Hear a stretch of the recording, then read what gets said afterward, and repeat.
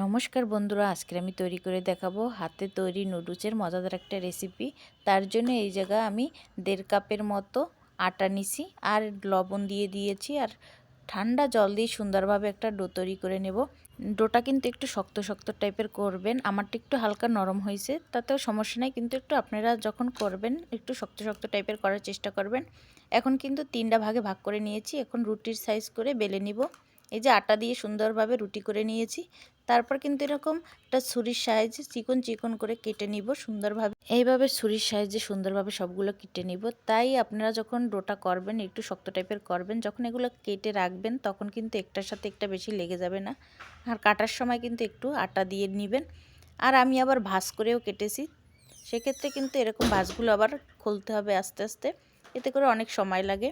এই যে দেখেন অনেকগুলো কেটে ফেলছি। জল কিন্তু আগে থেকেই চুলায় গরম দিয়ে রাখছি। জলটা আগে থেকেই চুলায় গরম দিয়ে রাখবেন, এতে করে আপনি যখন বানানো শেষ হবে সাথে সাথে গরম জলে দিয়ে দিবেন। আর জলটা ভালো গরম হবে তারপরে দিবেন, সেক্ষেত্রে কিন্তু একটার সাথে একটা যে লেগে যাবে ওইগুলো কিন্তু আস্তে করেই সব গরম জলে ছেড়ে যাবে। আর জলের ভিতর লবণ দিয়ে দিবেন। এই যে দেখেন হাত দিয়ে চেক করে নেবেন সিদ্ধ হয়েছে কিনা।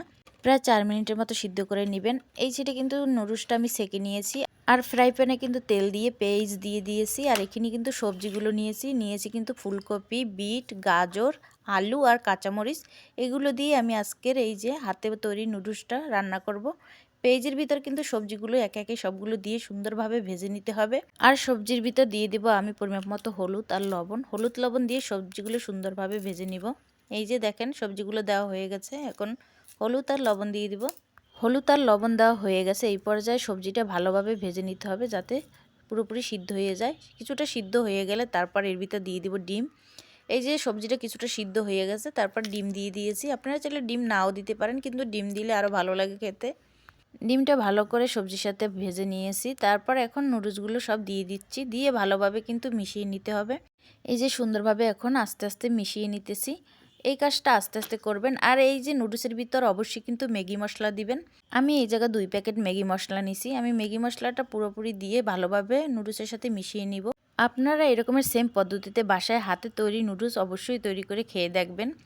দোকানের নুডলসের থেকে কোনো অংশে কম না, অনেক টেস্টি, অনেক স্বাস্থ্যকর এই যে নুডলসটা।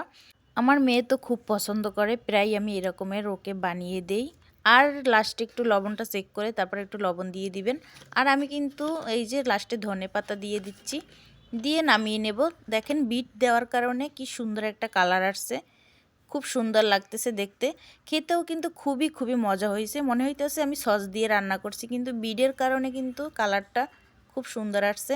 আপনারা একবার হলেও বাসায় সেম পদ্ধতিতে রেসিপিটা ট্রাই করবেন। আর অবশ্যই কমেন্ট করে জানাবেন যে রেসিপিটা কেমন হয়েছে।